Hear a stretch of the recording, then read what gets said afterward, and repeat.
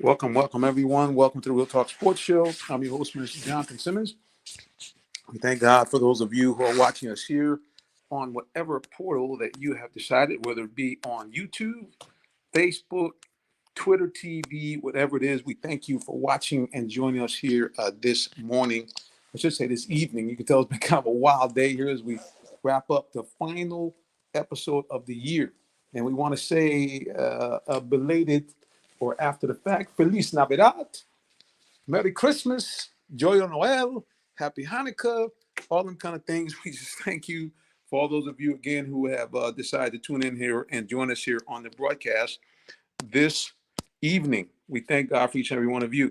Well, we have had, like I said, again, a very, very busy time here. Unfortunately, we've had some ups and downs and sideways, but like I said, it's just exciting to be back out here in the middle of it with each and every one of you. Well, we're going to go ahead here and try to get our co-host on the air here. We said we're having a little technical difficulty, so please bear with us here as we get set to have the program on.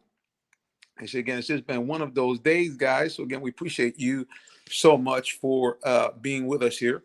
And like I said, hopefully we'll be able to get the rest of the folks on the air in just a second. We're going to take a little commercial break as we try to get set here on the Real Talk Sports Show. Again, we thank God for all those of you who decided to tune in and listen and watch us here on whatever portal you may be. And we'll be back with more of the Real Talk Sports Show in just a moment. Don't go nowhere because we'll be back very shortly. Stay tuned. Are you in the market for a new vehicle? Well, check out Allen Vigil Ford Lincoln in Morrow, Georgia. We have one of the largest inventories in our area for both new and pre-owned vehicles, so we're sure to have something for everyone.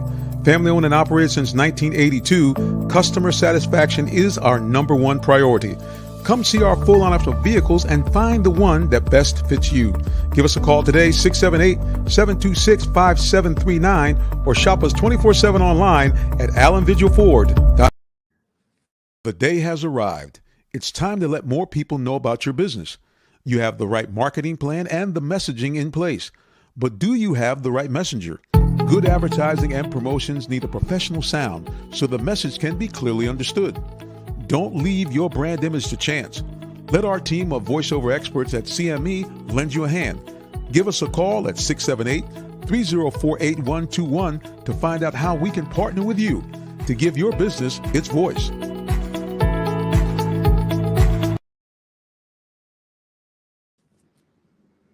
All right, guys, we're here at the Corky Kell Classic getting things wrapped up, and this young man has been kind of almost the star of the show here, but he's going to introduce himself to you right now. I'm Jakari Brown from Lowndes High, and I play quarterback. Look, man, it's got to be pretty exciting for you being here at the Corky Kell Classic. Right. What does it mean now you're a senior and getting ready to move on, I guess, to the U? Is that what I heard? Yes, sir. 305, baby. So what does it mean to be in this classic, in the same classic where the first time ever an out-of-state team, Hoover, is in the mix? I can say last year, they missed us last year. We could have played them last year, but it's a great feeling to be in this classic. I mean, more or less just to get the football feeling back in the Mercedes-Benz, a place where I dream to be playing at on the next level. So, I mean, just it's a great feeling to have football back. Now I hear that you kind of got used to being on the big stage as a little guy, that you played in the Georgia Dome when you were like 10 on the league. Yeah, yes, sir. I played, I don't know, I was probably about 6. We were the All-Stars, and that's probably every kid from a grade above me and that's in the class before me right now, and we all played together on the same Pee Wee team. I hear everybody talk about your leadership. Kind of what are the 3 keys for you as you continue now to lead this team in your senior year? Really just leading and by example and being more vocal and just overcoming adversity and not letting our team get too down on each other. And we're all going to make mistakes. We're young, so I mean everybody's not going to be perfect. So I mean you can't please everybody. And I mean instead of proving everybody wrong, just prove yourself right. How exciting is it for you to come out in this time where finally now athletes as collegians can now get a little money, NILs? Are you excited about going to a place like the U? Yeah, absolutely. I mean, there's no place like the U. There's no brand like the U. And I mean, there's a lot of good money down there. And I mean, as great as I play, I mean, I should make way more figures than money than. Well, I know you and your family are going to be happy about that. Listen, Absolutely. One more time, your name, your school, and the number if you want to watch the Corky Kell Classic and zoom in on you. Jakari Brown, Lowndes High, number 11, quarterback to the U. Thank you, sir.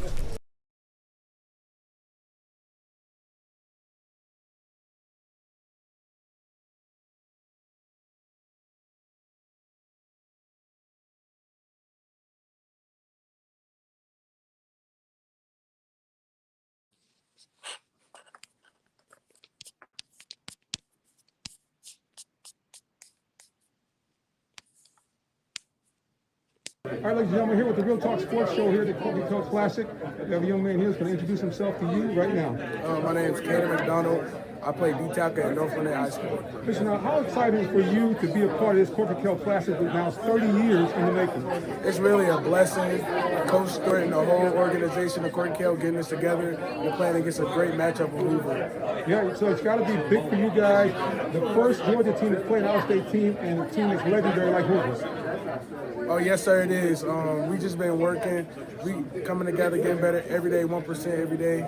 And I just think we'll have a great chance to win in this game on Saturday. Now, listen, people are going to come out to see you. Give us your name, position, and number if they come out to watch the Coca-Cola Classic. My number is 55. My name is Caden McDonald. You can spell it with a Y or not. And y'all should come watch this game. It's going to be a really good matchup. Phil, thank you for joining Real Talk Sports. Thank you.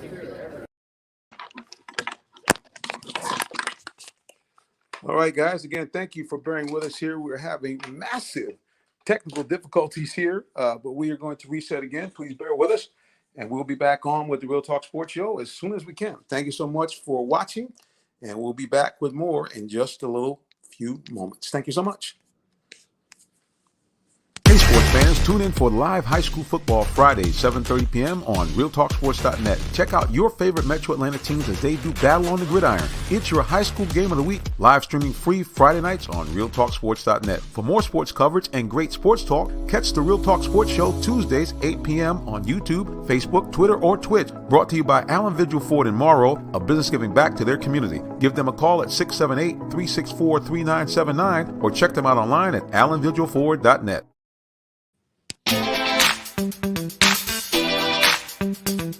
It's Jonathan Simmons, your commercial truck guy here at Allen Vigil Ford in Lincoln. Well, we didn't even want to wait till this one got cleaned up because it's the rarest of rare, a 2019 Ford Transit cargo van.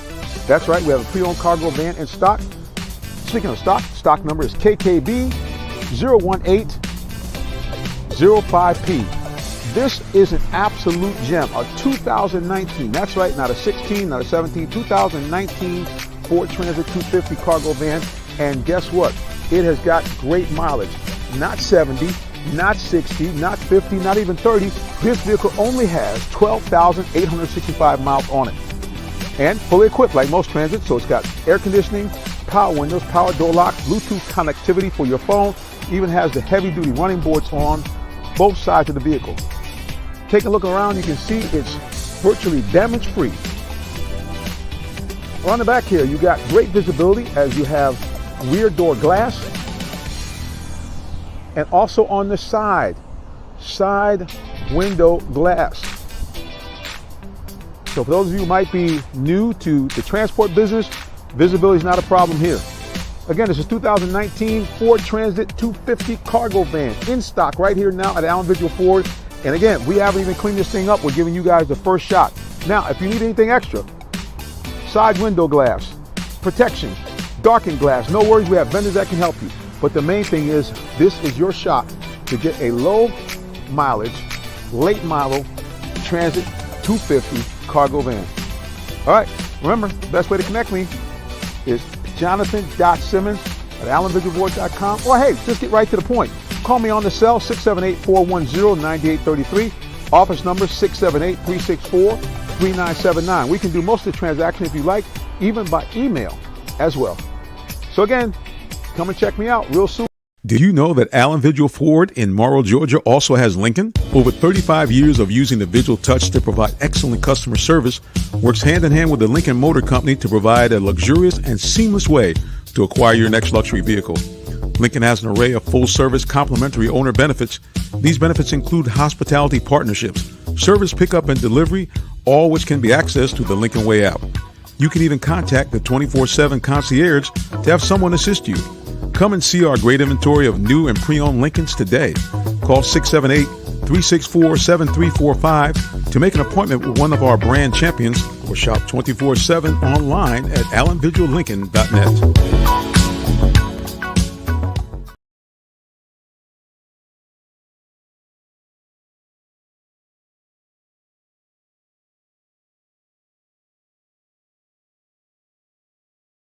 Still trying to get our situation set up here. Like you said, again, it's been kind of a wild show. And so Todd has already insulted me and says, "Hey, the show has been running crazy." Yeah, it's been one of them days, guys. I mean, sometimes the bear gets you, sometimes you get the bear. This has been one of these days where the bear has got me.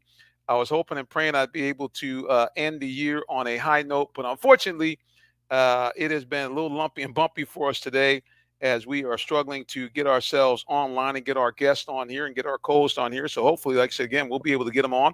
Appreciate all those of you who joined us. Red Man from YouTube has just updated us, let us know that John Madden, the guy that you know, most of you younger guys know from the Madden games, has passed away, unfortunately.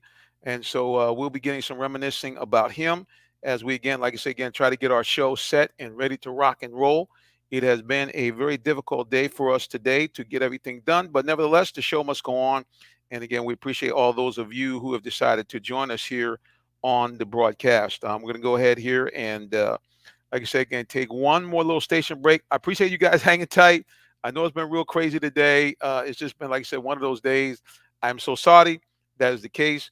But like I said, sometimes you get the bear and sometimes the bear gets you. And this is one of those times where the bear has certainly got a hold of the preacher. But like I said, we're going to get better and be better as time goes on here. And again, we appreciate all those of you very much who have you know, um, joined in to check us out today. And like I said, we're going to get ourselves together here. We'll take one more break. Last one for the day. Okay. I'm going to set this before I go here. Todd has said Preacher D-Led has reported bug news today. Coach Smith has reported that they have won against a team with a reeling record, the Dolphins. That is true. And, as much as we kind of slammed the Falcons, and we're going to be talking about that later on in the broadcast, D-Led won't be with us because he's got his daughters in town. And so we told him, hey, man, enjoy yourself and, be well and enjoy family. I hope every one of you enjoy family as well. I will not be on the screen tonight, like I said, again, due to technical difficulties, but you can hear my big mouth and you'll be able to see the lovely Miss Dolman, hopefully very, very shortly, as we try to get everybody on the air in just a few moments here as we set everything out. So again, it's been an interesting week. I tell you what, one thing that's kind of struck everybody here is the COVID. I got multiple friends who have been double vaccinated and in fact still have the COVID virus. Matter of fact, we talked to a guy on our station that he said not only did he have the double vaccination, I think he got the booster shot, but his case of COVID was so bad that he actually had to be hospitalized and found himself just inches away from the respirator. So um, it's been a real tough situation here. Like you say again, as we continue to look through what's going on. Okay, so we're going to try again. I'm not sure exactly what's been going on here. I guess I must have sent the wrong links to my co-host. So we're going to try to go ahead and get everything situated here, guys. Like I say, it's been a crazy day. Please forgive us for um,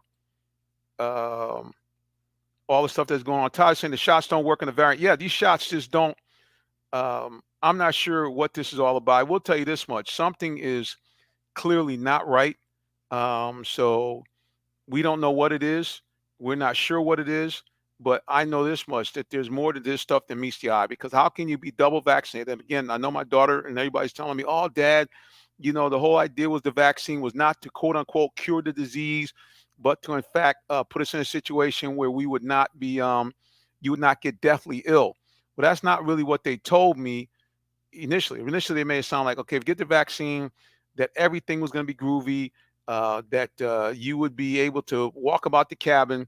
But in fact, that's not what's happened. It's been just a nightmare all across the road here with this thing. So, like I said, I'm just really sorry to see that's kind of went in this direction. And certainly my prayers are with everyone out there that's battling. I have good friends that are, not, definitely ill, but certainly they're very sick right now, and trying to get through this whole COVID situation. So again, hopefully and prayerfully, we can get some idea on how to get this thing taken care of. And also, we hope and pray that if anyone is ill, that in fact they can recover quickly from the illness. So that's really our hope with this whole situation is that this thing will get better and be better, and hopefully all of you will also be better as well. That you'll be able to feel better. Book of Revelations is coming true. Yeah, there's no question about it, guys. I mean, I talk about that on my ministry broadcast. Um, it's just there's a lot going on, and we need to be mindful of what is going on, and we need to be able to, really warn people about all the shenanigans that are happening here on this planet with what's all going on. So hopefully, like I said again, and prayerfully, we can just be better. That's all I can say about it. We can just be better. So our prayers with everyone, and we hope and pray that we are going to be able to get out of this sooner rather than later. So that's my point, guys. Like I said again, it's been a little lumpy and bumpy today. Again, I don't know if apology is the right word. I just want to say we thank all those of you who have stayed with us as we've had these lumps and bumps. Yep, and Donna Jones on Facebook has chimed in. Yeah, we did get the message from one of our other listeners that John Madden, in fact, has passed away. Yeah, Todd, it's not a reboot on the computer.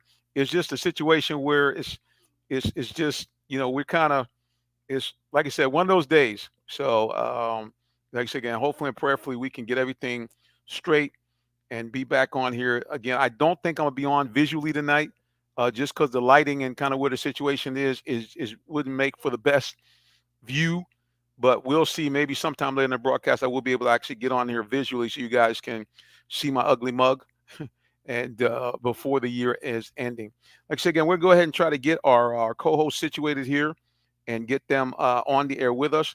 I know you guys want to see the lovely Miss Tree Dolman. You don't want to see me, and definitely don't want to see just the Real Talk Sports flashing and audio only. If you want to be audio only, I'm sure you guys would just listen to the podcast and be done with it. But like I said, we are fortunate and thankful for those of you who have been faithful here to this broadcast, as we have had some phenomenal broadcasts. We've had comes that have been a little bumpy, but what I realize is that the show must go on. And I watch other programs, and things happen. I'm not gonna make any excuses. A lot of this is my own fault. The preacher was trying to do too much near showtime. But anyway, like I said again, appreciate all those of you who are watching and tuning into the broadcast. You are in fact listening to the Real Talk Sports Show. We're broadcasting to you on multiple platforms, including Facebook and YouTube, and also on Twitch, and also on Periscope, which is now Twitter TV. Now it's not Periscope anymore. But all that stuff, we appreciate it, and appreciate all those of you who have joined us here on this broadcast. All right, we're going to take one more little commercial break, and then we're going to be back. I'm going to go ahead and make sure my co-hosts have the links that they need, and so they can come on here and join us. And we'll be back with more of the Real Talk Sports Show in just a moment. Don't go nowhere. We'll have some fun here before this night is out. And yeah, we can have some fun. Because you know me, I don't care what goes on, guys. The preacher is going to try to keep it funny and fun. And if it doesn't, I'm sure you guys will let me know it's not fun, and do the ways that you always do. So, like I said, man, just we appreciate all those of you who are watching the broadcast. We appreciate all those of you who have tuned in to join us here tonight. And again, we just thank God for you, because without you guys tuning in, good, bad, and different, we would be in bad shape in this situation. So that's all I got to say for now. But okay, Todd's telling me use Zoom. I got to tell you guys, I'm saying technical difficulty, but the technical difficulty is the fact that it's the operator error. Where I'm at, the lighting is really not the best, so I don't want to go on. Also, I'm just giving you guys how the sausage is being made tonight, so you know what happens behind the scenes. When these screw-ups happen like this, what's happened is that I have simply cut it too close to the vest as far as getting everything set up, and now all of a sudden we have some difficulties. When I say difficulties, I can't be seen on camera because I'm in a very dark area, and it would look real crazy for the TV guys. So at least we're getting the icon here, and we're good to go. And I'm going to my two co-hosts. I'm getting them set up, and then we're going to come back here with more of the Real Talk Sports Show. Thank you all for bearing with the preacher tonight, as the end of 2021 has been like a lot of 2021, crazy and bumpy. All right, we'll be back on more of the Real Talk Sports Show in just a moment. Please don't go nowhere. We'll be back. Hold on tight.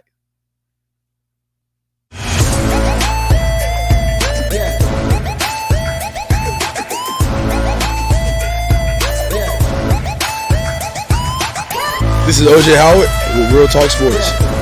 What's up, guys? This is Tim Tebow. You're listening to Real Talk Sports. This is Charles Woodson. Let me grab the mic. You ready? This is Charles Woodson with Real Talk Sports. Hey, it's your boy JB Smooth with Real Talk Sports.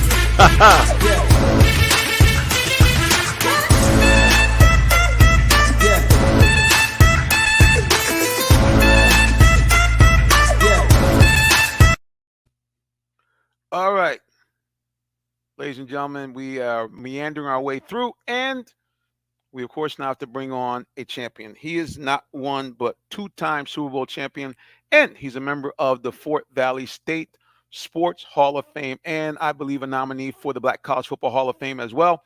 The one and only number 38, but number one in our hearts, boys and girls, the Tyrone Poole is in the building. What's going on, sir? Hey, how we doing? How we doing, everybody? Those watching and listening. Hope all is well with you. Yes, it's better now, sir, because you're on the air with us. We experienced some interesting things going on. And if I had a good friend of mine, she might be watching from California. She used to tell me from time to time, she said, you know, with people doing too much, she would look at me and just say, you're doing the most. And today, I will have to admit that the preacher was doing the most or trying to do too much before the show. And unfortunately, when you do that, Tyrone, as you know, if you cut it too close, sometimes the cutting will be on you. so there we are. But anyway, how are you, sir? And how was your Christmas weekend with the familia? Everybody's well. Everything was good. How was your Christmas? It was good. It was it got a little interesting as time went on, as I got in multiple reports of people I was with and the places I was at. There was a massive COVID upsurge. So wow. I'm as we speak now waiting again for a test to good Lord willing come back for me positive. But yeah, I went to a couple of events last weekend and interacted with some friends, and many of them have reported to me, hey, I am positive.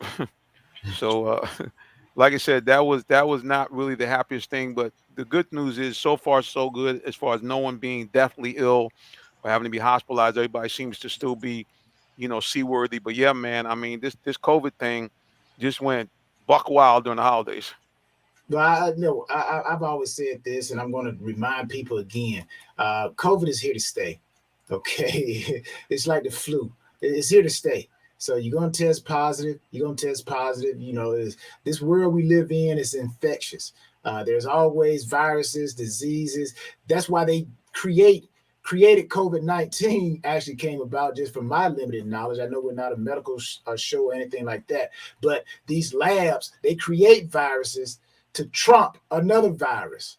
And so, this is not something that's going to go away, people. So all you can do is eat healthy, exercise, take whatever shots you got to take and stay healthy. So it's here just like the flu. So, people die from the flu. People get sick from the flu. People going to get sick from COVID. People going to die from COVID. So, that's just where we live in. It's a fallen world, man. Tyrone, let me ask you a question, man. Where you from again? I'm from here. I'm from Georgia. You from Georgia. See, what you just said, bro, that's old school. They would even call it just country wisdom and common sense. And see, it's hard to speak like that in the world we live in now, because the world we live in now is what we're under the PC regime. Everything political correct. If you say anything that's just straight up or too blunt, everybody accuse you of being a conspiracy buff or taking shots. And I know some people now are going to be listening and saying, minister, but I'm serious, man. I mean, it's just like we can't say anything. And don't get me wrong. I'm not going to get up here and tell you who, what, when, or where, but there's just a lot of information out there that would lend me to believe that there is some mischief involved in this, number one. And number two, it is like you said, I think that we forget to report the good news that I think it's right now something like 98% of people that have gotten COVID have actually not died.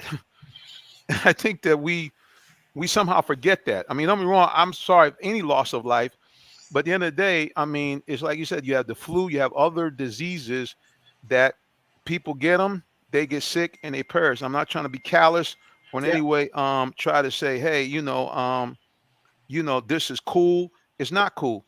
And nobody wants to be sick and nobody wants to see their loved ones sick. I said, I got friends right now, they have fever, they're throwing up. So, I mean, nobody wants to go through that. And I know myself, I'm hopefully and prayerfully have positive, a negative test myself. But I mean, if I don't, I'm just praying the Lord will do what he did when I had not one but two serious operations. Yes. Let me recover. Yes.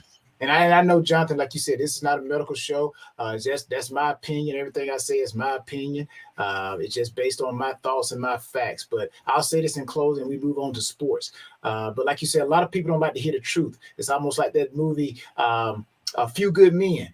You can't handle the truth. Yeah, but let's back up a little bit. Right when he says, "I deserve the truth."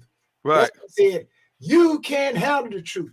Everybody's saying they deserve the truth. They want to hear the truth. But when the truth comes, they can't handle it. They say they want it, but really when it comes, they can't handle it. They want it to come the way they want it to come. But again, even those who, whatever religious, myself being a Christian, just because, I turn my life over to the Most High God, that doesn't mean that I'm not going to have trouble come my way. But that does mean that I have a shelter that I can run to. So the same thing in this world.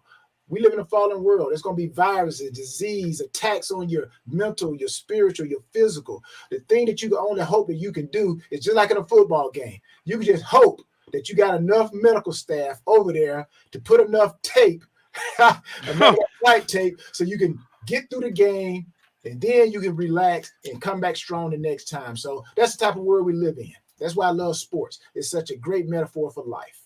There's no doubt, brother. I mean, I say again, it's there's a certain, hardcoreness to it. There's a certain, I mean, I don't want to make it a male or female thing, but you normally associate toughness, and even though women are extremely tough, they go through a lot of stuff. But you normally, even the Bible makes mention of quit ye like men. Basically, what it means, like, hey man, today they say pull up your panties or pull up your big boy shorts. This life is life. I mean, there's a lot of pleasantries to life, but there's often unpleasantries, and we all just have to deal with it and say, hey man, the big key is that the Lord can help us through the unpleasantries in life and help us keep the pleasantries in perspective so that we don't overdo ourselves when those days come. So that's all we're gonna say about that. But anyway, let's get to the world of sports. I was gonna wait for Miss Dolman. She's trying to come in herself, but we're looking here at these Hawks and these Lakers. First, let me talk about the Lakers a little bit. Tyrone, I mean, I know we don't talk about him too much, but it looks like, man, that LeBron, who was one of the better GMs around, I'm sorry, he's not a GM, but he's a player, in terms of kind of putting together a good team, of a winning team. Right now, the Lakers look like basically a bunch of OGs that can't seem to put their act together. Have you watched much of the Lakers at all to get any kind of feedback on just how up and down and raggedy they've been playing so far? Well, when you look at the Lakers, first of all, let's look at what their record is. They're 16 and 18. They're on a 5-game losing streak. So that right there is what people are focusing on. You got all these all-stars supposedly on a team. And that's why, Jonathan, I've always said this. It doesn't matter how many all-stars you put on your team. Whether you look at the Rams, they tried to do it. A lot of teams have tried to do it. Back in the day when the Oakland Raiders, yes, they tried to put talent together. And talent doesn't win unless you play together, man. So I think sometimes you can have too many superstars on a team, and they start vying for the ball. They start, especially in the world that we live in, social media, man. Everybody wants the headline, because guess what? The headline gets you the big contract when your contract is over, or coming up to an end, or it gets you that big endorsement. So I believe championship teams are those teams that you have a Batman, you have a Robin, and then you have a supporting city staff that supports the hero. So, but when you got two or more heroes, like an old man of wisdom once told me, anything with two heads is a monster. So when you look at the Lakers, man, I just don't know what's going on out there. You got LeBron, and then you have, I don't know, but they need to let somebody be the lead, and then everybody else follow. Right now, losing 5 games, sitting at 16 and 18, 9th overall in the Western Conference. Yeah, they better wake up and smell the coffee, man. Or this gonna be LeBron. His actual history is going to start tanking, going downhill. because now when they compare him to Michael, they're not going to compare him to wins and championships. They're going to compare him to ability. Now, I think as far as ability, yes, he's better than Michael because the simple fact that he can play more positions. LeBron could play center. He could probably play the 5. I would say the 4, the 3. He can even play point. But as a winning championships, man, he's going downhill, man. He's separating himself from Michael even more. Yeah, man, no doubt. Some. If you look at what's happened over there, again, I get it. You're trying to bring in a Westbrook. He's a California guy. Played at UCLA. But at the end of the day, man, right now the team just looks disjointed. And Anthony Davis doesn't look like the same guy. I don't know if it's injuries that are plaguing him, but he doesn't look like the dominant force we've seen in years past. And if they can't get that together, they can't get some synergy. This team is not going to go anywhere. No. And it's not going to be able to do it, man. You have to at some point put together, some type of offense that allows all these guys to do what they do best. And right now it doesn't look like that. Right now it just looks like, a team that doesn't kind of know who they are or what they are. And if that continues to go on, man, they're going to have a losing ball club. And they're just not going to be able to get anywhere, especially in a very tough Western division where you have a resurgence of the Warriors. And speaking of that, what do you think about the Warriors and how they have really, with Steph Curry and now possibly the other Splash brother coming back soon? I mean, they just look dominant. No, again, I was about to allude to the Warriors. They just played the Phoenix Suns and beat the Phoenix Suns 116-107. But when you look at that team, they went from what people would say all-star team to basically now down to the foundation of who that organization is, who the head coach wants that team to be like. So they still have the Superman, which is Steph Curry. He is the Batman. And then you have Draymond Green. He's that guy that comes in and he does the dirty work and, get those offensive and defensive rebounds to give the offense another opportunity to score, and the defensive rebounds to keep the opponents from getting second shots. And then you just go on down. They got Porter, Looney, Gary Payton II. So, this team is more of a team to me. And then you look at the same thing with the Phoenix Suns. They are a team that they have the same identity, so to speak. They are, if you look at that team, I'm going to say Chris Paul is the Superman. And everybody else follows a very close Robin and then supporting cast. So I do believe in order to win championships, man, it's just something about having that Batman Robin formula with the city supporting. City meaning the surrounding team, the bench, and the other, 3 guys other than Batman and the Robin out there playing, the other 3 guys that are on that court, but also the bench. So I just believe you got to have that type of team chemistry, man. And if you don't, again, anything with 2 heads is a monster. Yes, no doubt, man. You're right. You hit it on the head, brother. It's just, if even when you look when any championship team, it's in fact the team. I don't care how good of a superstar you have, you still have to have a situation, man, where you have people that are able to perform and do what they need to do in conjunction with others. It can't be just, you can't. It's very, very hard. Even when LeBron was winning, even with Michael Jordan, all those guys had a supporting cast. As dominant and great as they were in their day, they still had those role players that could come in and make a play when they needed it. Yeah, and that's what you're not seeing with this this Laker team. Yeah, the Lakers, and like I said, so that's why I'm hoping at the Hawks. Trae Young. I think Trae Young. I'm looking at the Hawks. He is that Superman. Trae Young need to come and take over and become that Chris Paul, become that Steph Curry, and everybody else has to be that supporting cast. Now I get no doubt to play team ball, but man, hey, like Shaq said, he was speaking at Kobe's funeral, well, they had a group. They were speaking that had a group of people come in, but he said that he took Kobe to the side during one game. Shaq was addressing the people, And again, I'm alluding back to the Superman, Batman. I'm gonna say Batman, Robin. Somebody has to be the star. And Shaq says he told Kobe, he said, "Yo, Kobe, you got to pass the ball. There's no I in team." And he said, Kobe told me, he said, "Yeah, but there's an M and an E in it." So, but again, what Kobe knew is like he had what Mike had. He had that killer instinct, and he had that drive. He had that drive to win.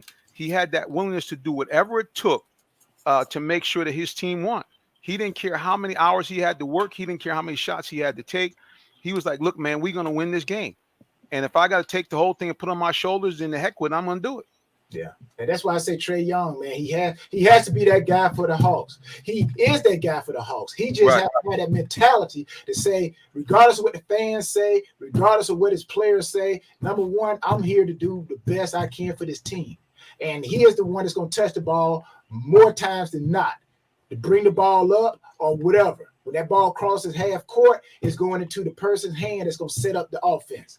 So he's going to touch the ball an awful lot, and he just need to take advantage of that and make his shots, pass it when he needs to. And right now the Hawks, they're on a 2-game losing streak, 15-18, 3-7 in the last 10 games. And, we talked about that. In the NFL, I said it's based off of quarters. Now they're playing 17 games, so you got one game more if you break it down in quarters. And we always said that if we can go 3-1 in each of those quarters, we're gonna have a 12-4 record. But now, you got to go, 3-1, and then maybe 4-1 in the next one to balance it back up to the 17 games. But we talked about in the NBA is 10 games. So a good team has to, I think, be 7-3, 6-4 in the worst case scenario to have a great record and go on into the playoffs.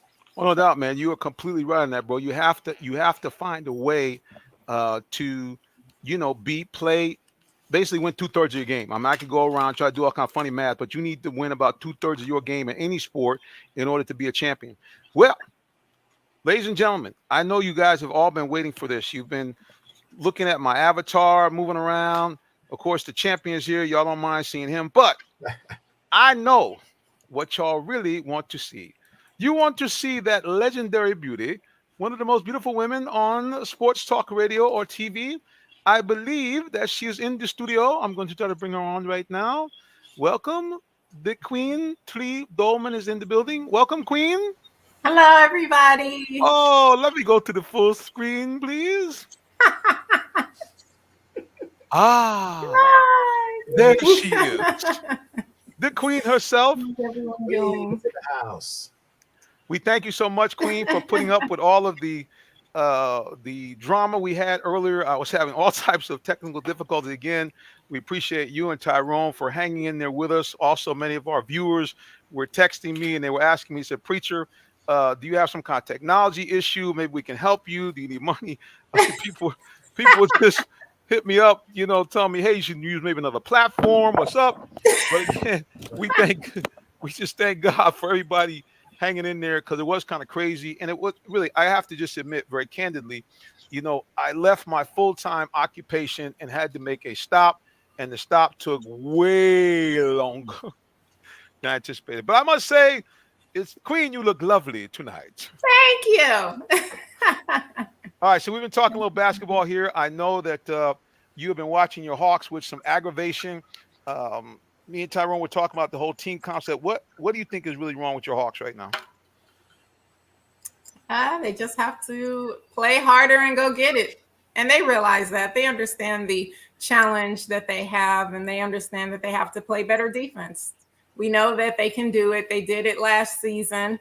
They turned up the defense towards the end of the season, and that's actually what got them in the playoffs and high up in the playoffs where they were able to go far. So they understand the task. Now they just have to put the action behind it and put that defense in. I can't hear any excuses about people being out with COVID, which they actually have done a great job with that. They had a lot of their players out, and they still have gotten some W's. So I think that they're turning it up, and we'll see how it goes. Yeah, no doubt. I mean, and we want to give a big shout out to one guy who has made absolute good use of his extra time on the floor. Let's give a big shout out to Cam Reddish. Last night dropped 32 against Chicago, but it wasn't enough. 33. He dropped 33 last night against the Bulls with 40 minutes. He played 40 minutes and actually snagged 4 rebounds, 4 rebounds. So not only did he score 33, but man, he rebounded 4. But you know who ended up rebounding the most? CC. Clint Capella. We're gonna call him CC. They probably already called him CC, but we're gonna go ahead and dub it as well, CC. But yeah, he grabbed 16 rebounds. 16. He is a rebounding machine. Man, yes, he is. So, Cam Reddish, like Minister was saying, 33 points and 40 minutes. And so Trey had 29. And Jonathan and I was talking about first he started off talking about the Lakers. What's wrong with the Lakers? Because they're on a 5-game losing streak, and they got all these superstars over there. So we had dove into a little bit, which will come back to the Hawks. We'll come right back to the Hawks, circle around. Team concept. You can have all these superstars, but if they can't play together, because I'm a firm believer that somebody has to be Batman. Oh yeah, I heard the conversation. I was in the room. Yeah. So yeah, I agree with you. Yeah, go it's ahead. like you were saying, the Batman and Robin, then you need the other 3 out there too, which is true. So I definitely believe and agree with what you're saying that Trey, hi Jonathan. Trey is definitely that guy. John Collins is definitely his support system. Clint Capella plays a big part. It's like he's here, then he's not here. But because we definitely need that rebounder. I don't know what we need tonight. I guess we need Batman, Superman, everybody coming here because it's a crazy one. Let's go to social media here.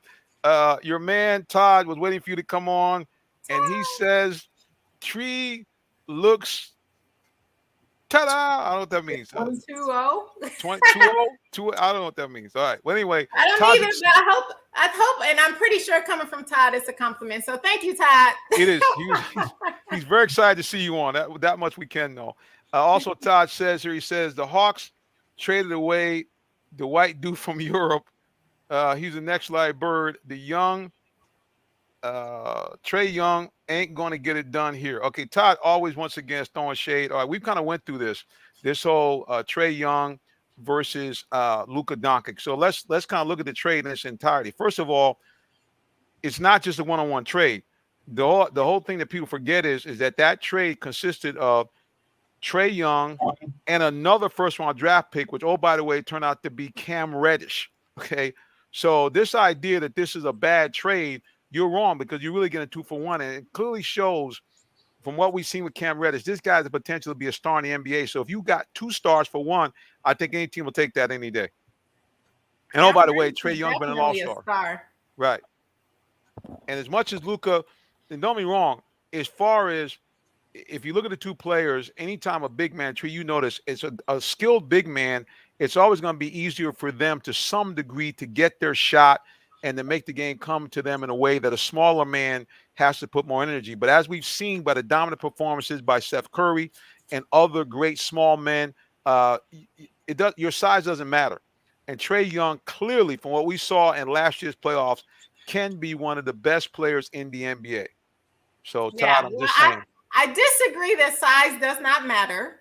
No, I don't say it does not matter. I'm just saying, Oh, yeah. Well, I'm saying, in the NBA, when it comes to basketball, NBA, WNBA, when you're taller is better because the basket's closer to you. But I agree with you in the sense because a lot of the shorter guys, like you were mentioning, Trey Young, Stephon Curry, they have this ability to shoot the ball and have it go over the big, tall 7-footers' arms and go right in the basket. So it doesn't matter in the sense of you play big. So Trey Young does not play like his height. Neither does Stephon Curry. But I will always believe just because I'm a big girl, well, tall, people say not to say big, because I'm a tall girl, Their size does matter. But you know, it's funny because I was having this conversation with my father about how different the game has changed. Oh my goodness. If you look at the NBA when I was growing up, players used to run the game through their big man. You dribble up the court, you pass it into your big man turns around and scores. Most of the games were scored off of 2-point baskets, which the Detroit Pistons was actually one of the teams that scored in the highest scoring game previously, because I'm sure this has changed within the last couple of years. But for the longest, the Pistons had the record. And I want to say, I think only one 3-pointer was scored the entire game. It was something crazy. But now you look at players like Stephon Curry and all of these other great shooters. And now you see way more shots being taken from behind the arc. And the game has changed. So some people don't even think that they really need a big man. I will always think that you do need a big man, but I see what you're saying in the sense of where size doesn't matter, because if you can play big and do great things like Trae Young and Stephon Curry, then yeah, your size kind of doesn't matter, right? I say this, I add on. I think it's a mixture. Like we talked about the team concept, you got to have a mixture. You can't be all one size. It's almost like if I'm a coach, I want to take the Lakers approach, the Lakers of the 80s. That's how I would play. I would have a big man, but if we're playing against a big team, and it's almost like you want to take advantage. It's like guerrilla warfare. If they're big, more than times than not, they're not going to be that fast. So I think it's a mixture. It's a mix. You got to have big men for when you start playing that half-court game. Now, if you can get the rebound and get it out to your fast guys, that's why I love Allen Iverson. Who's my man? D Rose up in Chicago before he got injured, man. Them guys would get the ball and like beat them big guys down court. But if you ever let them set up, play that half-court game, then yes, I agree that it's going to be tough because it's like trying to shoot through trees. But if you can beat them trees down before they set up, then, boom, it's an easy layup. But that's why you got to have outside shots. But I agree, Tree. The game has changed, outside shooter, but still I think you got to have a mixture. If you can have a mixture of inside game and outside game, it's almost like football. If they shut down your running game, we go to our passing game. But if both of them are clicking, oh, man, well, we're going to run the scoreboard. No doubt, man. I mean, at the end of the day, it's like this. You got to have balance. And if you can have a great small man along with a dominant big man, I mean, yeah, it's going to be tough to beat out. But I already knew, as soon as I mentioned a small man, big man, I knew that Miss Dolman, the woman that hashtag tall girls rock, hashtag 6'2" in my bare feet, I already knew that she was going to make sure to let y'all know that the big game, the big woman, the big man game is still the way it goes. And listen, at the end of the day, it's like this. You play the best you can with what you got.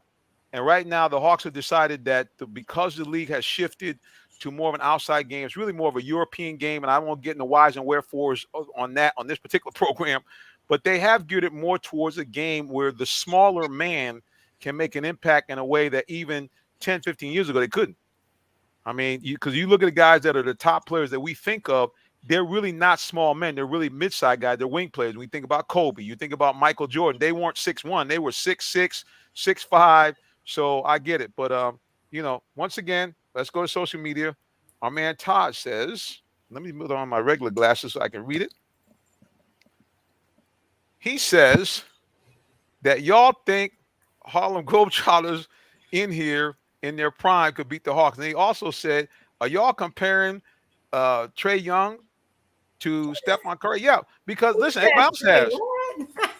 I mean, but here's the thing. I mean, obviously you're putting a big burden on this young man to say that he can compare with a guy who is clearly right now, I would think, considered the best shooter ever in NBA history. You can't compare Trae to that because his shooting skills are not that. But at the end of the day, this is only Trae's third year in the league?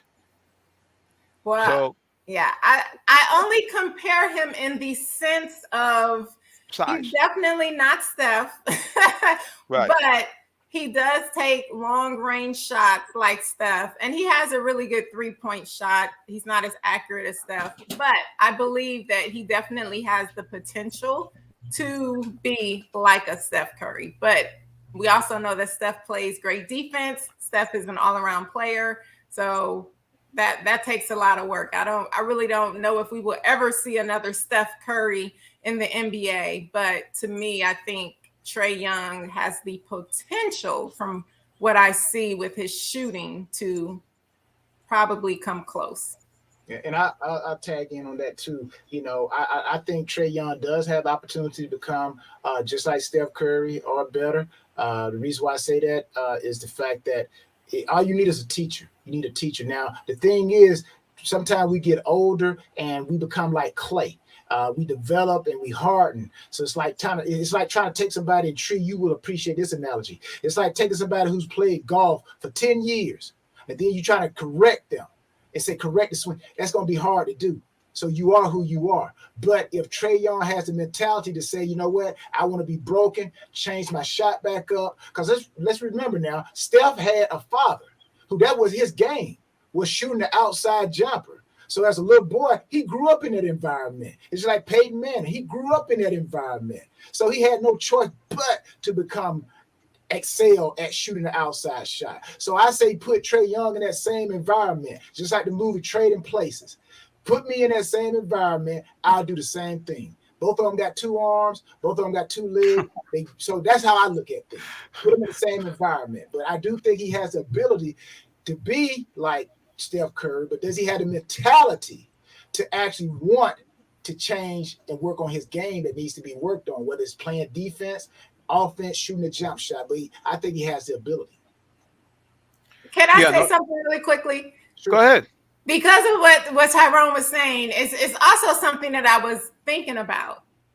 He has, I think, talent where he could, but will he put in as much work? A lot of people don't realize how much work Steph put in to get to where he is right now. And I'm pretty sure, I know Trae puts in a lot of work, but I don't think he puts in as much work as Steph has put in. So a lot of times that's the difference, is how much work are you willing to put in to become that greatness. So. Well, no doubt. I mean, if you look at all the stories that you see all over TikTok and YouTube, now guys recounting the late Kobe Bryant and all these guys coming out, like Allen Iverson talking about when him and Kobe, I guess, were at the All-Star game. And, you know, he flew out there and met with Kobe, and he got something to eat. And he said, hey, man, you know, where you going? And Kobe said, I'm going to work out. Allen Iverson said, I'm going to the club. Kobe said, I'm going to work out. And he said he couldn't believe that this guy was still trying to work out where they're supposed to be an all-star break. Other players talked about the fact that, hey, I'm going to beat Kobe to the gym. And he would get up at 5 or 6 o'clock in the morning to go to the gym. And Kobe had already in there full sweat because he had got there 4 o'clock for a full workout. You know, Michael Jordan talked about taking 800 to 1,000 jump shots a day. A day. And this is a guy that's, you know, along with Kobe, considered one of the best players in history. Already a dominant player, taking 800 to 1,000 shots a day. Tiger Woods, the same thing. I personally watched him take 100 shots on the golf course, all with basically irons, the mid irons. He was playing with a 7-iron, I think an 8-iron or 6-iron. That's all he did, over 100 shots. And I wish I could have had a drone. That's maybe about 175 yards out, maybe a little bit farther. He had a ring of about 50 balls all dotted around the flag out at the $175 out. And he had taken shots, moon shots, line drives. And he already was the greatest player in the world. But that's it. All right, let's go to Todd once again, throwing some shade. He says, hey, I love y'all, but y'all have lost your mind. Mr. Young just got married. He got other interests. He will never be in Curry's class. He doesn't have the work ethic. Trae is the first to leave the gym. Okay, Todd, how you know he the first to leave the gym? That's the first thing I want to know. Are you going to you got some inside stuff? First of all, he didn't just get married. He just got engaged. Yeah. Uh-oh. I don't know. I throw this in right here. You know, I've learned that there are 2 things that people in this world want. It's just my opinion. It's what, you know, I try to listen to a lot of great, wise people. The 2 things that people want: power and greatness. Power gives you the opportunity to change your environment, change your culture, whatever the case may be. And most people articulate, or they reference that to money and power. Greatness, everybody wants greatness. Greatness is recognition. People recognize you and recognize you. You know, that's greatness can also be an influencer. So when I say and use those two examples, when it comes to anybody, whether it's Trey and Steph Curry or myself and anybody down the street or whatever, when you get that power and you get that greatness, it's what you do with it. Some guys want that power and that greatness, and some women want that power and greatness to change their culture, to help their team be a champion, or use their whatever to influence the community. Some people want that power and greatness so they can be more seen on social media or attract whatever. So there's nothing wrong with wanting power and greatness. I think it's what you do with it. Like we're talking about with Steph Curry and with Trae Young, maybe, I don't know, just my opinion, Steph Curry, Dale Curry told him, hey, with power and greatness, we heard in the Spider-Man movie, he said, with power comes great responsibility. So maybe Steph heard that from Dale, and Dale said, hey, you have greatness. Use your power and your greatness to win championships. Whereas, you know, I'm not saying, but maybe Steph, Trae Young, hey, if I get power and greatness, I get, you know, more this and more that.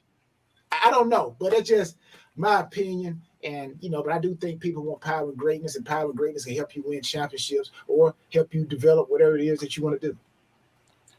That's just, I don't know if that makes sense, but. No, I get you, bro. I mean, it's all true. I mean, it's all depends on what you do, what you got. I mean, yeah, I'll tell people, I mean, that is really what separates the men from the boys as far as going from good to great. You have to be willing to greatness. Yep. Yeah. It's all in a matter of how much hard work you're going to put in. And I agree with Todd. I mean, it's quite obvious that Trey doesn't put in the same amount of work that Steph does, but Todd is funny. He said we do know you have your sources, Todd. He's an inside guy. He also says, fear of failure motivates the great ones, Tyrone. That is true. All right, well, listen, guys, we're about to go to a break here, but I'm going to try to see if I can do this here. Now, you guys, you always hear me say about how lovely the queen is. I'm going to try to see if I can pull this up there. This is from her Facebook page. I'm going to try to see if I can get this, because we use this actually for our shows. I'm going to try to see if I can pull this up so you guys can all see the beauty of the queen. I'm going to try to share this screen. Let's see if I can get this done here. I'm going to share the screen. Yeah, I can do this. Let's see if I can. No, that didn't work. Okay. Let's see if I try one other thing here. We're going to share a file maybe. No, it's not working. All right, well, we're going to go to a break, and I'll try to get it to work when you guys come back. But it's a great shot of Tree. You guys kind of see it cropped on our kind of splash page all the time. But she's a lovely lady, and you guys will hopefully see the shot in her blue dress in just a second. All right? Keep it locked right here from the Real Talk Sports Show. Ooh, the blue dress. But everybody look at Tree's like, what? But everybody's very excited about this, and we hope you guys stay tuned for more of the Real Talk Sports Show. We're going to be talking sports too. You guys know that. Okay, hang on. We'll be right back. Don't panic. Here we go.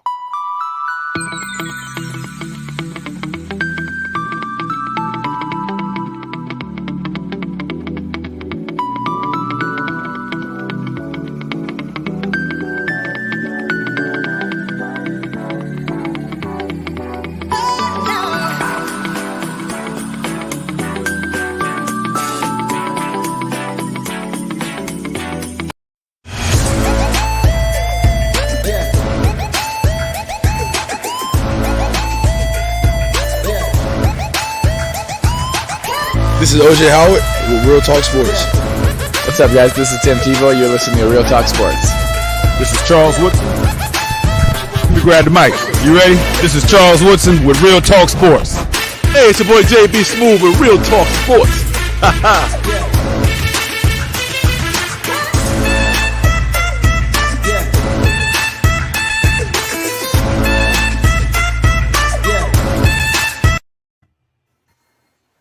All right, guys, we're back to listening to the Real Talk Sports Show. Appreciate you guys for joining us and watching us here.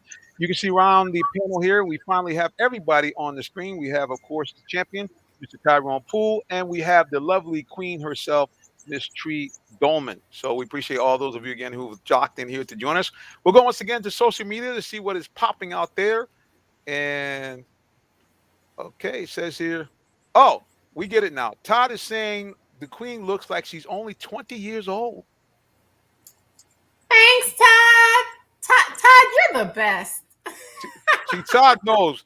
Anytime you tell any person, but especially a lovely lady, that she looks younger than she may be. This guy, Todd, I'm gonna have to give you some points here. I'm gonna give you a pause, sir. Very, very well said, very well done. But anyway, like I say again, great stuff going on in the world of sports. The Hawks, we think, need some work. And the other thing too, I will say about Trae Young, I wasn't trying to necessarily compare him to Steph Curry in terms of his ability, but he's got a lot of work to do because, first of all, one of the things that Trae has to work on is his shooting percentage. Like we look last night, we look at the stat line, and Tyrone, you're always good to tell me the stat line. You got to really kind of dive in. You can't just kind of go off the top. You look at the stat line. Trae Young, 29 points, 9 assists. That kind of fits in what his average is about. And you're saying, hey, that's all-star numbers. But when you actually kind of boil the numbers out, you look at his actual shooting. He was only 39% from the floor, 8 of 23 from the floor, and only 1 of 6 from three-point range. Most of his points were scored from the foul line where he was 12 of 12. And if you look at the plus minus, the Hawks he was a minus 14. So what that meant was that when he was on the floor, the Hawks actually were 14 points fewer than the Bulls. So these are the kind of things you want to look at. You got to look at the plus minus ratio. You got to look at the shooting percentage. I know you're wrong. Trey's a great player, but one of the things that he has to work on is shooting efficiency. In the big games where he was really dominant in the playoffs, if you look, his shooting percentage was right around 50%. And you kind of have to be, to me, in those mid-40s as a guard to really be able to be efficient with your points. Because if you're shooting under 40%, I mean, that's a lot of missed shots at the end of the day. 8 of 23 from the floor, that's a lot of missed shots. That's just me talking. Yeah. What do you guys think about that? Now, I know we talk a lot about comparison. And I do believe you have to compare yourself to somebody. You don't want to be like somebody, but I do believe you have to imitate someone. I heard a guy say this: you don't want a mentor, you want a model. If you can follow a model. So again, when we talk about the late Kobe Bryant, he modeled himself after Michael Jordan. Was he like Michael Jordan? No. But he said, why reinvent the wheel? Most of the guys today, they want their own name in the headlights, and they want to reinvent the wheel instead of just following a wheel and just making a better mousetrap. So I say all that to say, when I look at what we consider the greatest, Michael Jordan, you look at, his career shooting percentage. I think the best career, I'm looking at his stats right now, his best career field goal percentage was 53.9. That was in 1990. Okay. And then you see between 87 and 91, he was 53, 53, 52, 53, 51, 49. And then in 96, he dropped down to 48, 97, 46% field goal. 2001, he got the Wizards. He 41, 44. So like you said, Jonathan, being in that upper 40s, low 50s, that's where you have to be. And I think people look at Michael, and there are probably people who shot the ball better field goal wise, but they look at Michael and say he won championships. That's what you always say when they compare whoever. They say, well, hey, even LeBron. They say, how many finals have LeBron gone to? Okay, how many did Michael go to? How many did he win? It's almost like quarterbacks. Quarterbacks are judged by championships. So, again, Trae Young just needs to start shooting the ball more effectively. I agree with that. And then if he starts winning championships, watch how the tone changes.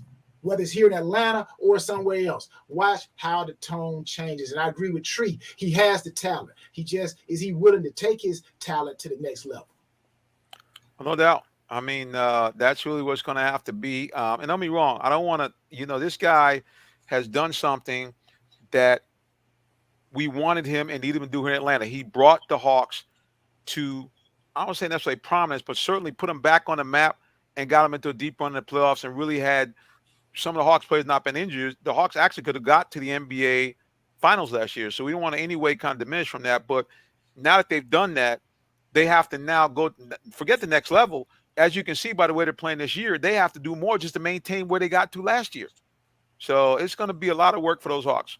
Well, let's shift gears there. Speaking of a lot of work, we got something coming up big, Queen.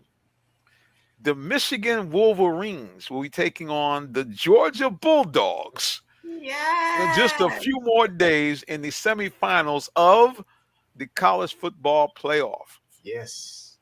So the big question is, first of all, who do y'all think is favored in this game? In terms of favor, who do you think everybody favors in this game so far? Michigan versus Georgia. Tree, what do you think? I think everybody's favoring Georgia. Tyrone? Yes, of course, everybody gonna favor Georgia because in the rankings, Georgia is ranked higher than Michigan, right? So they're gonna go with Michigan. But again, I think Michigan has an opportunity to really, really upset the apple cart, as they say, because those boys are a ground and pound. My question is, I know the SEC, they say it's one of the toughest conferences, but man, Michigan is one of the toughest running teams. So can that defense line up and snap after snap? Them helmets, God, just hit it. And your shoulder pads, like they say, Georgia is going to have to bring their big boy pads Friday, Jack, because Michigan is coming to run that ball. Yeah, no doubt. But Georgia is actually ranked lower than Michigan. That's correct. Yeah, Michigan actually, after the Georgia lost to Alabama, Georgia dropped to 3. Technically, Michigan is ranked number 2. And right now, the odds makers have them as actually, even though they're ranked number 2, a 7.5-point underdog to the Georgia Bulldogs. I'm not surprised. It's like Tyrone was saying. Everybody talks about the SEC. SEC. That's all you ever hear, which is why I get so excited when my Big Ten comes in here and shows everybody who the Big Ten is when it comes to football and when it comes to basketball, because I get so tired of hearing SEC. Don't get me wrong. None of us can take away from the SEC. I do get that when it comes to football, that's the number one place. We all know that. Okay. Yes, I'm born and raised in Michigan. I'm a Midwesterner, but I do understand that football in the South, hey, it is what it is. The weather's better. You guys are able to play football year round. I get it. The speed, I get it.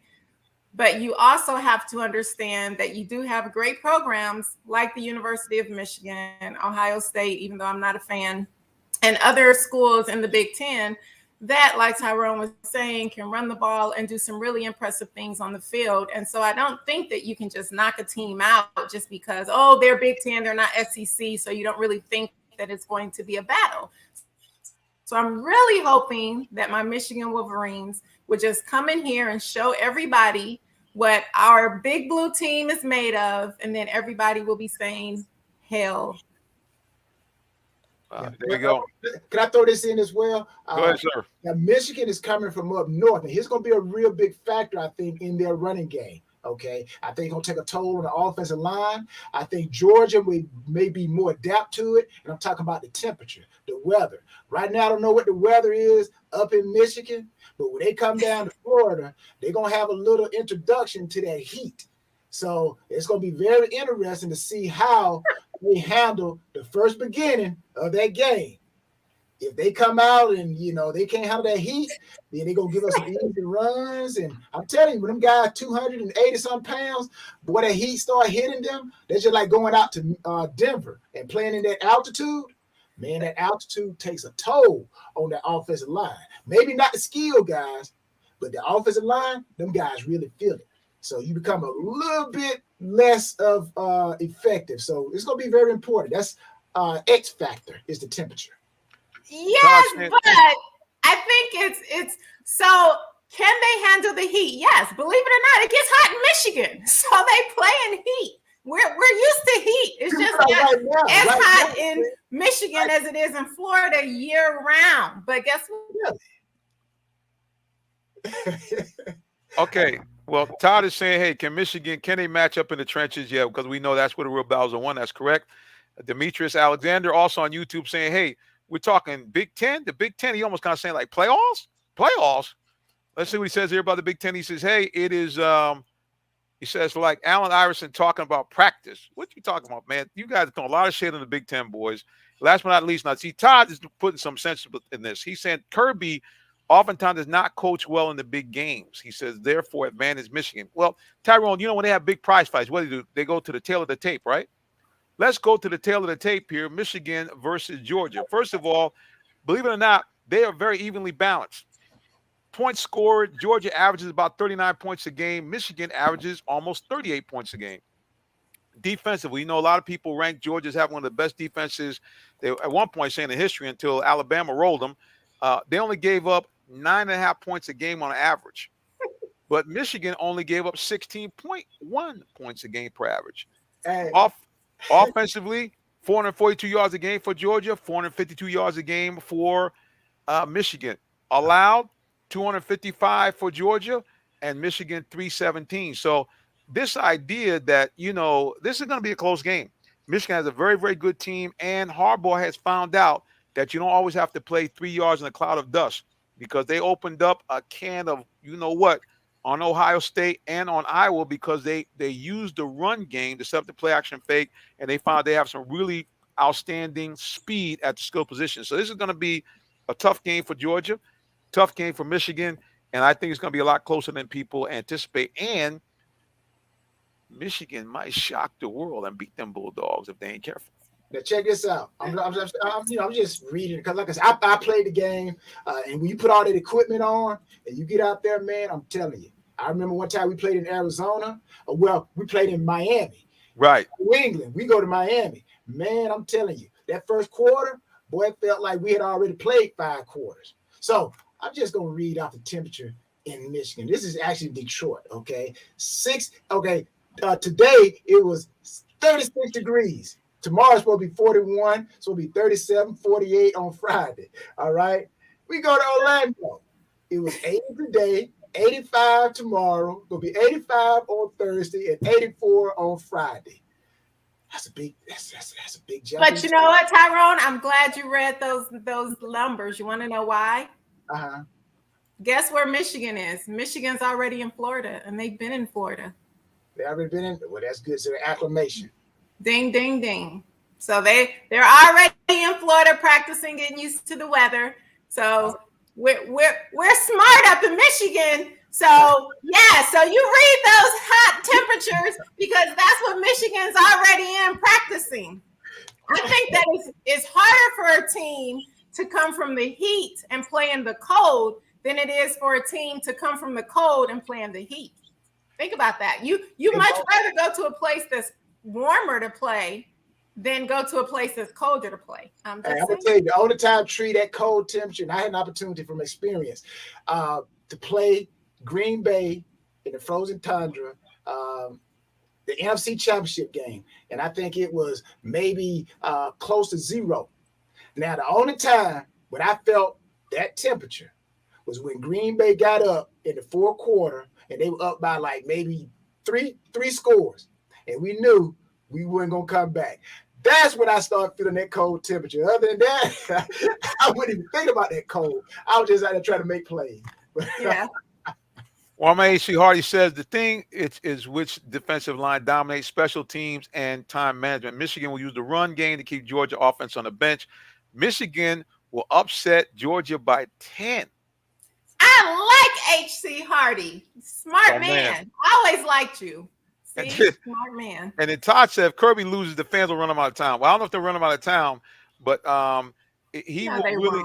Well, here's the thing about this. Kirby, there's a lot of pressure on him because he knows that everybody said up until the Alabama game that this was pretty much their championship to lose. So if, in fact, they lose this, especially if they don't even get to the championship game, yeah, it's going to be nothing nice for Kirby and the boys at Georgia. Like you said, both teams are evenly matched. And now, but why would it be nothing nice? I mean, let's think about it. That's the game of sports.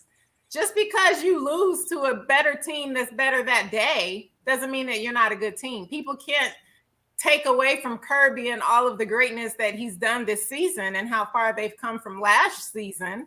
I mean, they can't get upset that they're about to lose to Michigan and not go to the championship. I mean, hello. I mean, sometimes teams are just better, and hey, it happens.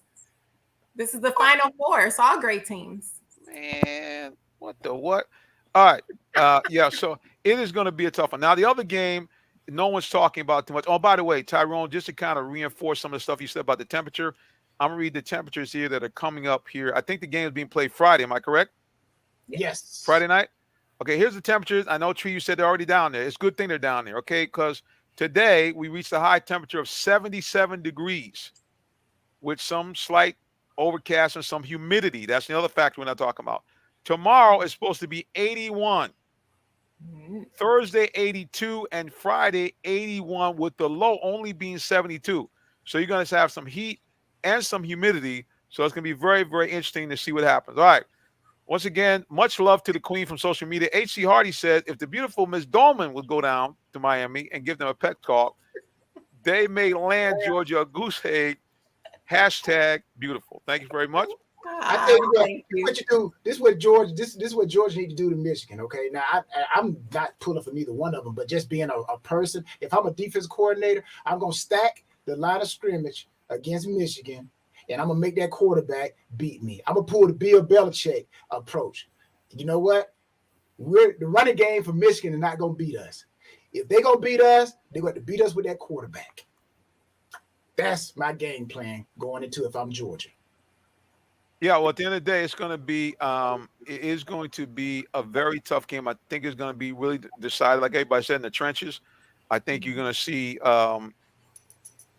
each team is going to try to, as Kirby made mention before, is really going to try to set the pace and set the temperature early on. So both teams, I think, will come at each other, pounding and grounding, and then they're going to try to make big plays in the offense by going deep. Cincinnati versus Alabama. It's just the thing is nobody really knows much about Cincinnati. We've seen what Alabama can do, but this Cincinnati team, I think, is ready to wear that underdog cap. Their quarterback is outstanding. He's a mobile quarterback, which we know over the years has given Alabama trouble. So I think this game is going to be closer than everybody thinks. Let's take a look and see if we can get the point spread here on this game. Cincinnati versus Alabama. The line or the spread currently is... Nobody's telling me. It's just, see if I can get it here. I can't seem to pull it up. I'm not sure what's going on. Last I heard it was 7. Here it is, 13.5. Number one tide is a 13.5 point favorite. So you're talking about a 2 touchdown favorite over Cincinnati. I think it's going to turn out to be closer than that.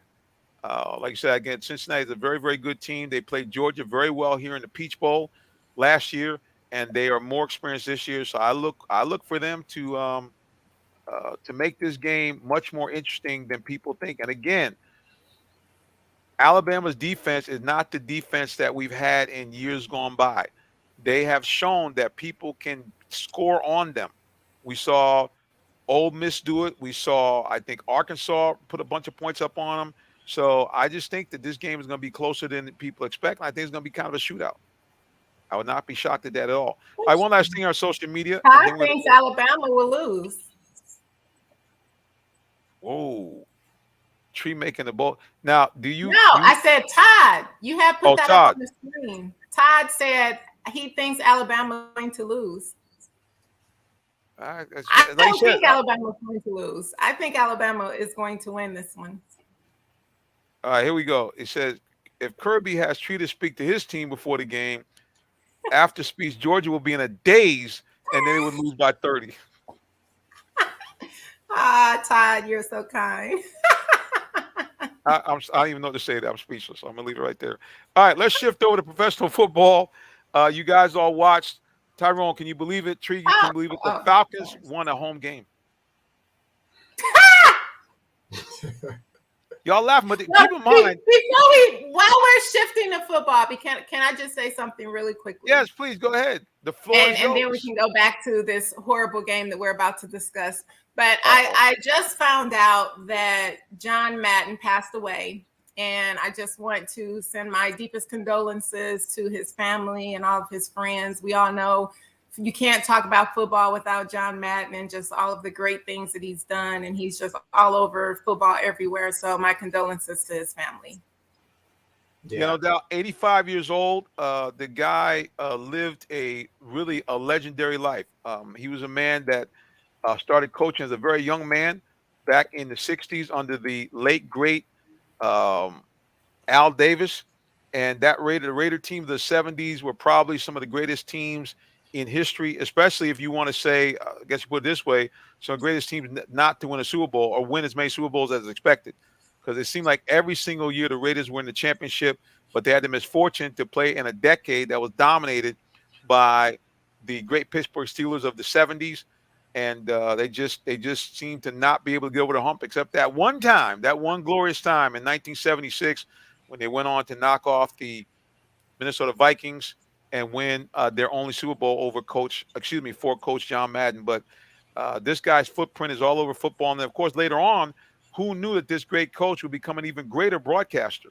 You know, Yeah. him and Pat Summerall were probably one of the greatest teams ever for sports broadcasting, but especially in professional football. Those two guys made the games even more entertaining, more watching. So certainly our hearts and minds go out to the Madden family, both his personal family and also the Raider family and also his NFL family. So many people that enjoyed him and were pleased by him. John Madden, gone from us, age 85, here on the 28th day of December 2021. So again, I'll say real quickly, I again, like you said, just Madden, the game itself, Madden game, the video game, and whenever he called the game, whenever he was the broadcaster, he and Pat Summerall, you knew that was the game that was being televised nationally. So, and then I remember also just being selected on the All Madden team. So when Madden said you were good enough to be on his team, then you were a football player. So, I think I even, I still got my jacket. If I had, right now, I need to hold that jacket up right now, but it's not a lot of people got that jacket, only like maybe 20, 11 on offense, 11 on defense, with a couple special team guys here. Only about 25 people got that jacket from the year that I was selected. So that's just like winning the Super Bowl. So, to be honored like that, man, it was great. So he was all football. So condolences to his family. no doubt. And here's the thing: again, a lot of people, most people, younger guys know him from obviously the Madden football game that is named after him, and also the many, many unbelievable football games he called for the NFL. But what most people are not aware of is what I mentioned earlier. He's considered to be one of the greatest coaches of all time. I want you guys to listen to his record. John Madden's coaching record during the regular season was 103, 32, and 7. Okay. That is a 760 winning percentage. That's one amongst the best of any coach in history. And this is a man that only coached at age 42. Only coached started at, I think, at age 32, 33, coached for 10 years. So, again, this guy was really one of the all-time greats, and he will be sorely, sorely, sorely missed. And, of course, Demetrius has a sad face on. Yes, we all mourn him here. Well, we're going to shift now again to our Falcons, and we get ready to wrap it up here. There's really not much to say. They won their first home game, barely. It took a late interception by Fayu Oluwakan to seal a 20-16 victory by the Falcons. But the Falcons fans went away happy, but they made one woman sad. Yes. Our own Queen Tree Dolman was I happy. was very distraught while watching the game because I just knew that my Lions were about to score a touchdown, and then I couldn't wait to come to the show wearing my Detroit Lions gear and to tell all of you guys that I told you my Lions would beat your Falcons. And it didn't happen. And I'm not making excuses because our quarterback didn't play with COVID, which I actually was hoping that he did. It doesn't matter. Just like we always say, next man up needs to be able to do the job. And I feel that our quarterback, I feel like Detroit played a really good game. So I'm not disappointed in the sense of, I don't think that we didn't play well. I think that we did. Yes, we could have done some things differently. Yes, the turnover at the end when he threw the interception right before we were about to score, that definitely did change the game. But hey, Atlanta was just better that day, and I have to give you guys your props. You beat us fair and square, and it is what it is. We lost. Look, at the end of the day, you had a guy that basically, I think it was his only second game playing in Tim Boyle, but I mean, the Falcons made him look like an all-pro. 24 of 34, 187 yards, one touchdown, but unfortunately, a costly pick. And you guys do what you had to do on the ground. Jamal Williams, 19 carries, 77 yards, 4 yards a carry. And then Amon-Ra St. Brown had a couple, I think, little jet sweeps. He had 19 yards and 2 carries. I mean, you guys did what you needed to do, and you held the ball for almost 40 minutes. But kudos to the Falcons. Matt Ryan was very efficient, 18 of 24, 215 yards, 1 touchdown. Mike Davis, 7 carries, 28 yards. Cordarrelle Patterson having some difficulty, 7 carries for only 14 yards. But again, we got to give a shout out to the young rookie, Mr. Kyle Pitts.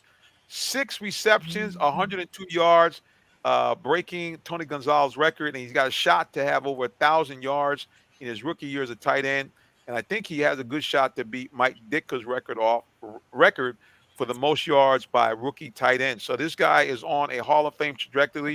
Of course, we're only talking about 1 year of play, so we don't know how it's all going to end up. But kudos to number 8, Kyle Pitts, number 4 selection by the Falcons overall, as he now finds himself in the Pro Bowl in his very first year. Can I say this? Yes, about sir. records? About records. I think they should start putting asterisks beside records, man. Honestly, different eras and different decades. When you talk about Mike Ditka, let's not forget Mike Ditka set that record in 14 games. 14 games. Kyle Pitts is playing in 17 games. Now, Tony Gonzalez, can kind of compare apples to apples there. But I think Mike Ditka record, man, should at least have an underline saying this was done in 14 games, but it's just like the passing game. Back when Dan Marino threw for 5,000, man, that was like unbelievable. Now, a quarterback throw for 5,000, that's nothing, man. That's nothing because of the rules. So it's just me when it comes to records, man. Hey, but you break it, you score touchdowns, you make big runs, you rush for whatever. But I think it should be a little asterisk to make people be aware that this was done during this era or doing this type of play, whatever. So it brings more of a, humbling sense of, truthfulness to it. That's just me. Well, I mean, there's no doubt that a lot of guys have complained about that over the years. Well, speaking of complain, now I know you guys will complain, but I have to get off the air, guys, because 9:30 is already here. We know that we had a lot of technical difficulties early on, but what can we say, guys? We're just thankful that we got through 2021. I don't know about you guys, but I just want to thank the Lord for allowing us to not only survive but thrive in 2021. COVID, chips blocking people from selling vehicles and all types of stuff. But nevertheless, the Lord has brought us through another year of 2021. So we're going to wrap it up. Yeah. This is our last show for the end of the year. Last show for the end of the year. That's it. That's why it probably was so crazy, because they said, y'all going out. It's been a crazy year, so you going out crazy. How about that? But that's okay. We still thank the Lord for allowing us to do it. And we thank God for Todd and for H.C. Hardy and for Demetrius Alexander and for all the people that have joined in, my friends and family. Certainly big shout outs and kudos to our 2 co-hosts, the champion, Mr. Tyrone Poole, and the queen, Ms. Tree Dolman. And with no further ado, we like to do it. We like to let everybody know how you can find our co-hosts. So, first, Mr. Tyrone Poole, the floor is yours. Well, I want to say this as far as ending the year. I appreciate the opportunity, Minister. Thank you a lot. And for everybody who's listening, including the panel here, a wise man once told me that I wish that in 2021, in 2022, the best thing that happened to you in 2021 be the worst thing that happened to you in 2022. Everybody's always making New Year resolutions. I call them New Year's revolution because they keep saying the same thing over and over and over every year. But words of wisdom, may the best thing that happened to you in 2021 be the worst thing that happened to you in 2022. Tyrone Poole, 38, signing off for 2021. See you in 2022. Thank you, sir, and God bless. Ms. Tree Dolman, the floor is yours. Hello, everyone. Thank you so much for always watching us. Thank you to Todd, H.C. Hardy, our regulars, for always commenting on our show. We really love you guys.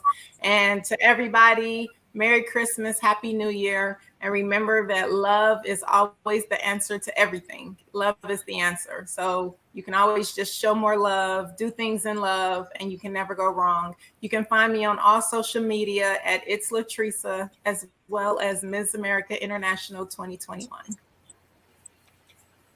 Everybody and hopefully by 2022, we'll have it 2021. Amen. Everybody, it's me. I finally got on the screen here. maybe it would have been best if I stayed off the screen. But anyway, we thank you so much for joining us here on the broadcast. We have made it to another year, and we just thank God for each and every one of you that watch the show and to support the show in any way. You can follow me on social media and follow the show actually at Real Talk Sports, the number 7. You can follow me personally at Minister J Sim. You also can contact the show, jsimmons at realtalksports.net, or simply give me a call on the cell 678-410-9833. All right, guys. Just want to encourage you. If you didn't do it in 2021, you definitely want to do it. Well, you still got time to do it in 2021.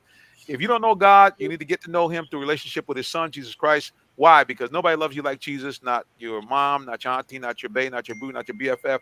Nobody loves you like Jesus. Number one, he loves you. And number 2, he died for you and he rose from the dead, said 2 great things will happen. If you believe in him, number 1, you can have the gift of a relationship with him where you actually will be able to call him your father. You're not just some God in heaven. And number 2, when you die, you get to go to a happy place called heaven where there's no more pain, no more pandemic, no more suffering, no more bad people of any type.